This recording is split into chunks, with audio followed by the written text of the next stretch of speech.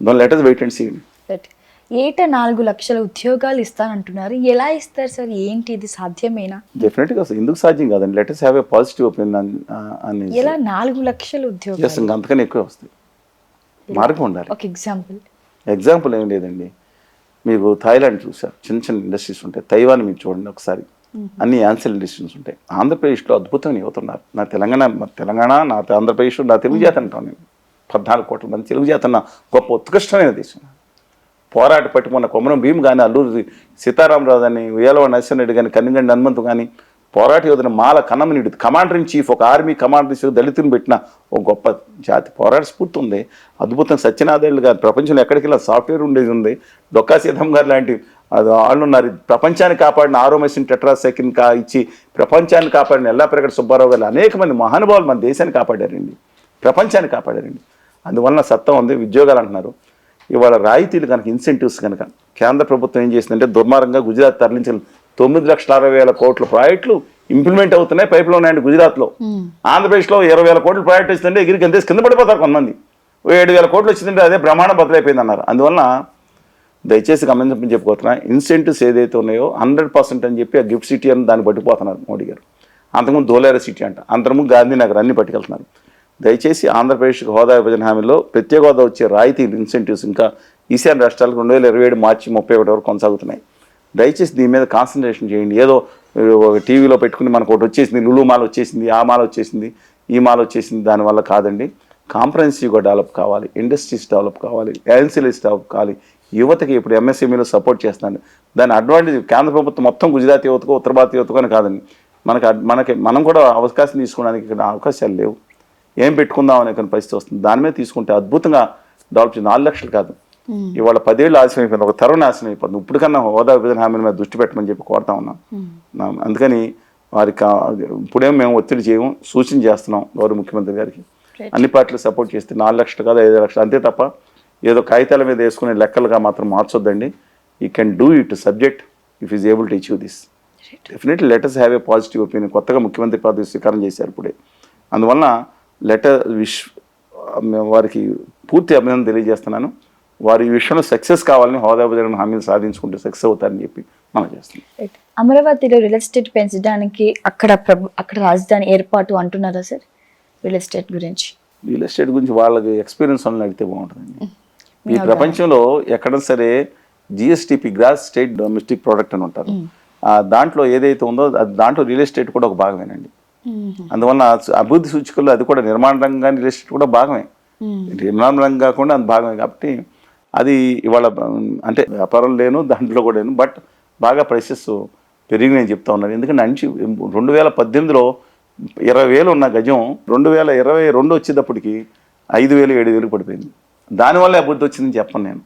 But ఒక రాష్ట్ర ప్రభుత్వానికి 1 లక్షల కోట్ల రూపాయలు నిజంగా ఓ చోట దొరకడంలో 50,000, 70,000 కూడా అయిందంటే 1,50,000, 2 లక్షలు కనుక ప్రభుత్వం రియల్ ఎస్టేట్ వ్యాపారం చేస్తుందంటే హుడా ప్లాట్లు లేఅవుట్ వేశారు సామాన్యులకి అని చెప్పి. అంతకుముందు వ్యాపారం చేసింది. అలాగే 2007-8లో అనుకో రాజశేఖర రెడ్డి గారు ఉండగా విజయవాడ దగ్గర కూడా ఈ ల్యాండ్ పూలింగ్ చిన్న స్థాయిలో చేశారు. రియల్ ఎస్టేట్ వ్యాపారం కాకపోయినా అక్కడ నేను ఒకటే కోరుకుంటున్నాను, వాళ్ళు చేస్తే సామాన్యులకి అన్ని వర్గాలకి ఆవాసం ఉండేటట్టు, లో ఇన్కమ్ గ్రూప్కి కూడా అవకాశం ఉండేటట్టు దాన్ని చేసుకుంటే వాళ్ళ ప్రభుత్వం తప్పే ఉందండి, దాన్ని డెవలప్ చేసుకోవచ్చు. మీరు చూసారు హైదరాబాద్లో వాళ్ళ వ్యాపారం చేసేది ఎవరండి? గోల్డెన్ మైల్ అని పథకం వేసి ఎకరం 100 కోట్ల మీద ఆ రియల్ ఎస్టేట్ వ్యాపారం చారిటీ చేసిందా తెలంగాణ ప్రభుత్వం? నో, అదే ముఖ్యం కాకూడదు. అన్ని వర్గాల ప్రజలు అభివృద్ధి చేస్తే దాంట్లో భాగం ఉండాలి. జగన్ సంక్షేమ పథకాలు ఇచ్చాడు కానీ అభివృద్ధి చేయలేదని విమర్శించిన పవన్ చంద్రబాబు ఇప్పుడు అంతకంటే ఎక్కువ పెట్టిన పథకాలను మరి ఎలా చూడవచ్చు దీన్ని? అంటే నేను చెప్పాను ఇంతకుముందు కూడా, కుప్ప కూలిపోయే పరిస్థితి కనిపిస్తుందా? అవి అమలు చేస్తే ఆలోచిద్దామండి. నేను అనేది ఒకటి, కానీ నమ్మకం ఉందా సార్ అమలు చేస్తారా? కేంద్ర ప్రభుత్వ సహకారం కనుక ఉంటే డెఫినెట్గా అమలు చేయడం, ప్రత్యేక హోదా విభజన హామీలు కనుక వస్తే అమలు చేసే అవకాశం కూడా ఉంటుంది. కానీ ఎక్కువ కాన్సన్ట్రేషన్ మిగతా దాని మీద పెట్టాలి. ఏదో హడావిడి చేసేస్తే వచ్చేసిందని చెప్పాను. పోలవరం ప్రాజెక్ట్ చాలా స్పిల్ డ్యామ్ అన్నీ అయిపోయినాయి. ఎత్తకం రాక్ ఫిల్ డ్యామ్ ఒకటే, అది చిన్న అది పెద్ద కట్టడం కాదండి. అది అంటే రాతి మట్టి కట్టడం, ఆనకట్ట కట్టేస్తారు, ముందు స్పిల్ అయిపోయింది.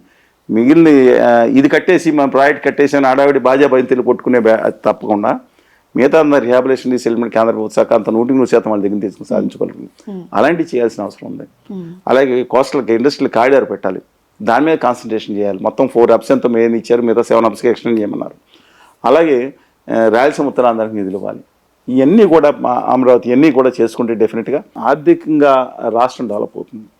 ఆర్థికంగా డెవలప్ అయినప్పుడు సంక్షేమ కార్యక్రమాలు చేయడం సాధ్యమవుతుంది. హోదా విభజన హామీలు వస్తే కానీ కొన్ని లక్షల కోట్లు పరోక్షంగా ప్రత్యక్షంగా రాష్ట్రానికి లాభం జరుగుతుంది. రాహుల్ గాంధీ గారు ఇస్తా అన్నారు, కాంగ్రెస్ పార్టీ సంతకం ఈ పార్టీకి అయిపోయి ఉండేది, ఆంధ్రప్రదేశ్కి వచ్చేసేది. అందుకని రాదనేవాళ్ళు మరి పదే చెప్తాను, రాదనేవాళ్ళు ఇది ఇక ముగిసిన చాప్టర్ విభజన హామీలు అనేవాళ్ళు ఆంధ్రప్రదేశ్ ద్రోహులు, నయవంచికులు వాళ్ళు. అవి గుజరాత్కి వెళ్ళి అక్కడ మోడీ గారు బంద్ చేసుకోమనండి, ఆంధ్రప్రదేశ్లో అనవసరం. ఆంధ్రప్రదేశ్ హక్కులకి ఆత్మగౌరవానికి వ్యతిరేకంగా ఉంటూ చేసేవాడు అనవసరం అండి. అంటే ఇక్కడ వద్దున్నట్లేదు, అక్కడే బంద్ చేసుకోమని రమ్మంటున్నాను. అందువల్ల ఇది సాధ్యమే కానీ చాలా కష్టం. దాదాపు 3-4 లక్షల కోట్లు అదనంగా కావాల్సి ఉంటుంది వచ్చే 5 ఏళ్లలో. ఈ అవినీతిని జగన్మోహన్ రెడ్డి గారు ఇలా చేస్తారంటే పాత ప్రభుత్వం చేసి అవినీతిని తగ్గిస్తాం ఆయన మాట్లాడింది, సంపద సృష్టిస్తాం, అదే మాట వీళ్ళు మాట్లాడచ్చు. అంత ఈజీ కాదు. But let us wait and చేయండి. అభివృద్ధి మీద కాన్సన్ట్రేట్ చేయాలని కోరుతున్నాను. పదే కూడా చెప్తున్నాను. ఐఎమ్ విషింగ్ నేను చెప్తున్నాను చంద్రబాబు నాయుడు గారికి, ఆ ప్రభుత్వానికి విశేష తెలియజేస్తా. కనీసం ఈసారన్నా మరి కేంద్ర ప్రభుత్వం మీకు అవకాశం వచ్చింది కాబట్టి దాని మీద దృష్టి పెట్టమని చెప్పి కోరుతున్నాను. సో మరి ఇన్నిసార్లు మీరు చెప్తున్నా అభివృద్ధి చేస్తుంటే అమలు చేయాలన్నా కూడా బడ్జెట్ సరిపోదనే ప్రస్తావన వస్తుంది. మరి ఎలా అభివృద్ధి జరుగుతుంది? చెప్పాను కదండి, పదే కూడా చెప్తున్నా. విభజన హామీలు ప్రత్యేక హోదాతో సాధించుకుంటే ఆ ఇన్సెంటివ్ జరిగితే దాన్ని మల్టిపుల్ అవుతుంది. అసలు అపరిమితంగా దాదాపు 5-6 లక్షల సంవత్సరానికి 7 లక్షల ఉద్యోగాల కల్పన, దాని మీద వచ్చే ఇన్కమ్ ఇవన్నీ అద్భుతంగా డెవలప్ అవుతుంది. అందువల్ల దాని మీద కాన్సన్ట్రేట్ చేయాలని చెప్పి కోరుతా ఉన్నాను. సార్, కేంద్రంలో 18 మంది మంత్రులు ఉన్నా కూడా ఈ గాలి మోటార్ శాఖ అనేది ఏంటి? అసలు ఈ టాపిక్ గురించి మీరు మాకు కొంచెం వివరంగా చెప్పండి. ఆంధ్రప్రదేశ్ దాదాపు 36 మంది పార్లమెంట్ సభ్యులు ఉన్నారు. రాజ్యసభ లోక్సభ కలిసి లోక్సభలో 25 మంది సభ్యులు ఉంటే 21 స్థానాలు 25కి 20 స్థానాలు గత తాకట్టు పెట్టేశారని ఆంధ్రప్రదేశ్లో పాలకులందరూ గత 5 సంవత్సరాల నుంచి 10 సంవత్సరాల నుంచి అలాగే ఇచ్చారు. ఏ ప్రభుత్వం మోడీ గారు కాళ్ళ దగ్గరికి వెళ్ళి బంద్ చేయడం, ఆంధ్రప్రదేశ్ హక్కులు తాకట్టు పెట్టడమే ఎక్కువగా చేసిన బాధ్యత. ఏదో కొంతమంది అడుగుంటారు. ఇవాళ కూడా 25 మంది సీట్లు ఆడకే ఉన్నట్టున్నాయండి. అందులో 18 సీట్లు యాక్చువల్గా తెలుగుదేశం అండ్ జనసేన, 3 బీజేపీ ఉండొచ్చు. ఉత్తర భారతీయ జనతా పార్టీ వాళ్ళ సంగతి మనకు అనవసరం, వాళ్ళ పని వాళ్ళు చేసుకుంటుంటారు. ఆ 18 మంది సీట్లు వస్తే ఏమి ఇచ్చారని వాళ్ళ జేడీఎస్ చెప్పాను, 1 సీటు ఉన్న 1 సీటు 4 ఇచ్చి జనసేనకు 1 సీటు 1 మంత్రి పదవి కూడా పక్కన పెట్టండి. వీళ్ళకి కూడా ఏమి ఇచ్చారు? మీరు చెప్పిన గాలి మోటార్ శాఖ అంటే ఏరోప్లేన్ శాఖ, అందులో ఉన్నంతా లాగేశారు. ఎయిర్పోర్ట్లన్నీ అదాని గారికి వెళ్ళిపోయినాయి. చాలా వరకు ఉన్న ఏది ఎయిర్ ఇండియా కూడా అమ్మేశారు. ఎయిర్పోర్ట్ విశాఖపట్నం ఏదో అనుకుంటే అది ప్రైవేట్లో జరుగుతుంది. మిగతా వాళ్ళుగా ప్రైవేటీకరణ చేయడానికి రెడీగా పెట్టారు. విజయవాడ కూడా అమ్మకానికి సిద్ధం పెట్టారు. దానికోసం గాలి మోటార్ శాఖ మనకి ఎందుకండి? ఆ అశోక్ గజపతి గారికి ఇచ్చినప్పుడే ఆయనకి ఏమనుకున్నారు. అందువల్ల మనకి ముఖ్యమైన శాఖలు ఇవ్వకుండా చాలా దుర్మార్గంగా కేంద్ర ప్రభుత్వం నికృష్టంగా అని చెప్పలేను కానీ దారుణంగా వహించాలని చెప్పొచ్చండి.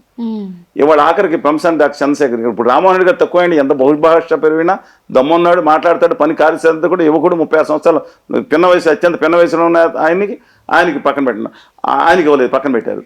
ఆవిడ డాక్టర్ చంద్రశేఖర్ గారు, ఆయన విద్యార్థికుడు, డాక్టరు.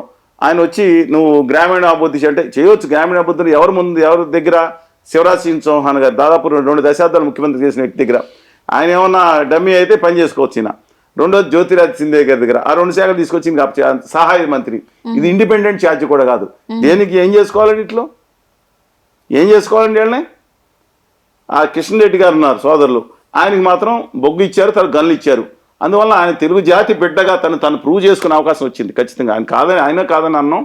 ఆయన ఇవాళ వెంటనే స్టీల్ ప్లాంట్కి ఏదైతే శారీరకగా చనిపోయారో, కరీంనగర్ దగ్గర నుంచి గుప్తా గారు చనిపోయారు, తెలంగాణలో కూడా అనేక మంది విశాఖ ఉక్కు కోసం ఉద్యమాల కోసం చనిపోయారు ఆంధ్రప్రదేశ్తో పాటు. అలాంటి సమయంలో దానికి ఇమ్మీడియట్గా క్యాప్టివ్ మైనింగ్ ఇవ్వాలి. 3 గన్లు కేటాయిచ్చేస్తే ప్లస్ దాంట్లో ఉన్న 20 లక్షల కోట్లు అంతా రద్దు చేశారన్నారు దొంగలు చాలా మందికి, మిగతా పారిశ్రామికవేత్తలకి.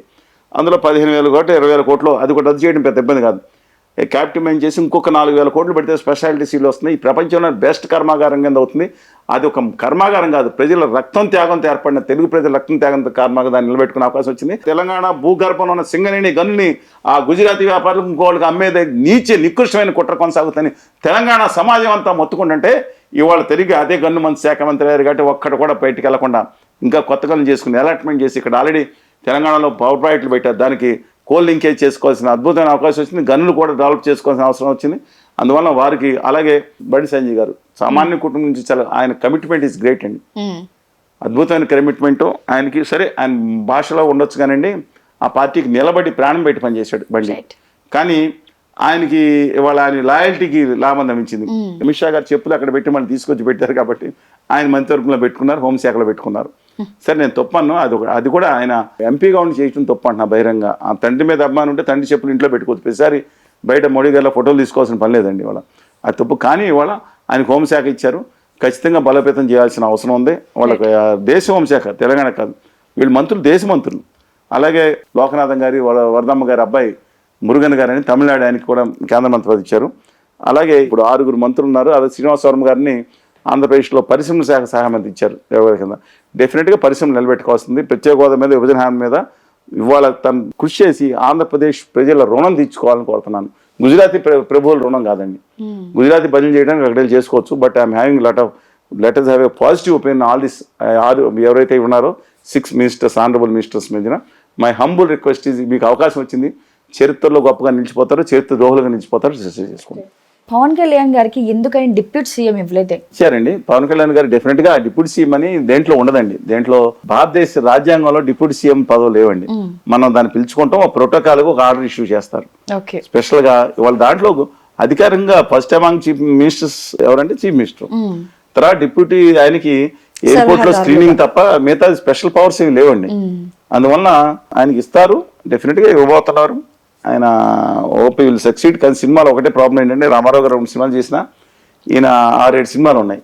దాని మీద ఏం చేస్తారని నేను చూడాలి. బట్ ఆయన కొంచెం తగ్గించుకుని దీనికి జస్టిస్ చేస్తారు, ఎందుకంటే ప్రజలు ముఖ్యం. ఆయన అంటే ఆల్రెడీ కమిట్మెంట్ అయిన సినిమాలు సగం నాయుడు పూర్తి చేయాల్సిన అవసరం ఉంది నేను బేసికల్గా.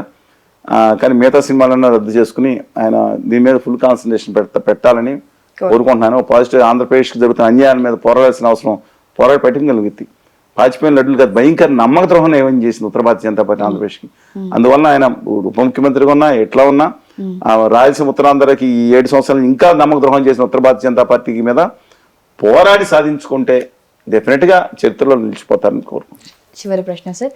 సో మళ్ళీ ఈసారి ప్రధానమంత్రి మోడీ గారే అయ్యారు, సో దాని గురించి మీరు ఏం మాట్లాడతారు? 63 సీట్లు కోల్పోయారు. నేను నా జీవితంతో ఆనందపడిన సందర్భాలు తక్కువ ఉంటాయండి. ఒకసారి ఆనందపడింది ఏంటంటే, ఫస్ట్ ఉదయం చూడగానే 4వ తారీఖున ఆదాని గారి మనిషి వారణాసిలో ఓడిపోయేటట్టు 3 దాంట్లో వెనకబడ్డారంట. ఒక్క నిమిషం మనసు ఆనందంతో పురుగులు బ్రహ్మాండంగా ఉందనుకున్నాం. మళ్ళీ ఆశల మీద నీళ్లు చల్లేశారు, ఆయన నెగ్గేశారు. నిజంగా కనుక ఆయన ఓడిపోతే ఉంటే ఆ నితిన్ గడ్కరీకి మళ్ళీ వెనక ఉత్తర భారత ఆదాని గారి మనిషి మీద కోపం నాకు, బీజేపీ మీద కాదు. నేను ఎంత గౌరవిస్తానండి వాజ్పేయి గారిని, శ్యామప్రసాద్ ముఖర్జీ గారిని, మదన్మోహన్ మాలవీ గారిని. కొంతమంది మాత్రమే కాదు, నిజంగా కనుక నితిన్ గడ్కరీ గారికి అయితే ఆయన చాలా బాగుండేది. ఆంధ్రప్రదేశ్ రాష్ట్రానికి, తెలంగాణ రాష్ట్రానికి కక్ష కట్టేవాడు కాదు. మొత్తం తీసుకెళ్లి అంతా గుజరాత్ లో లక్షల కోట్లు పరిస్థితి ఉండేది కాదండి వాళ్ళ. ఆయన కానీ, రాజ్నాథ్ సింగ్ గారు కానీ, ఎవరైనా సరే, అద్వానీ గారు ఆ వయసులో ఆయన అయినా, మురళీ మనోహర్ దేశ్ గారిని ఎవరైనా బాధే ఉందండి నాకు. మొట్టమొదట కాంగ్రెస్ కనుక అయితే ఆంధ్రప్రదేశ్ ప్రత్యేక హోదా వస్తుంది, అది వచ్చే పరిస్థితి లేదు. ఉన్నాళ్ళు మేలు అనుకున్నాం. అందువల్ల మోడీ గారు మళ్ళీ అయ్యారు, 70 సంవత్సరాలతో రిటైర్మెంట్ అవుతారేమో. కానీ ఆ యోగి ఆదిత్యనాథ్ గారిని ఆయన అవమానించిన తీరు ఇండైరెక్ట్గా పార్లమెంట్ చూసాం. ఫస్ట్ తర్వాత ఏదో బుధం మీద తట్టిన వేరే సంగతి. But let us wait and see అండి, ఎందుకు ఉత్తరప్రదేశ్లో జరిగిందో. మన దురదృష్టం ఏంటంటే, ఇవాళ ఆంధ్రప్రదేశ్లో దాదాపు వాళ్ళకి 25% సీట్లు ఇచ్చాం. 0.5% వాళ్ళకున్న ఓటు విభజిత ఆంధ్రప్రదేశ్లో. ఉమ్మడి ఆంధ్రప్రదేశ్ వాళ్ళు బ్లాక్మెయిల్ చేశారా, బెదిరించారు, తెచ్చుకుని 25% సీట్లు తెచ్చుకున్నారు. సరే, ఏదేమైనా ఆంధ్రప్రదేశ్కి, తెలంగాణకి న్యాయం జరగాలంటే ఖచ్చితంగా మోడీ గారు అండ్ కంపెనీ, ఆదానీ గారి company పక్కెళ్ళిపోయి original Bharatiya Janata party కనుక, ఆర్ఎస్ఎస్ అయితే ఏమైందంటే ఏమైనా తప్పు చేశారా? ఆర్ఎస్ఎస్ ఒకప్పుడు కానీ ఎవరో నితిన్ గడ్కరీ గారు ఎవరైతే ఏమైంది, వారు వస్తే తప్పులేదు, ఎవరు వచ్చినా తెలుగు రాష్ట్రాలకు న్యాయం జరుగుతుందని భావిస్తా ఉన్నాను.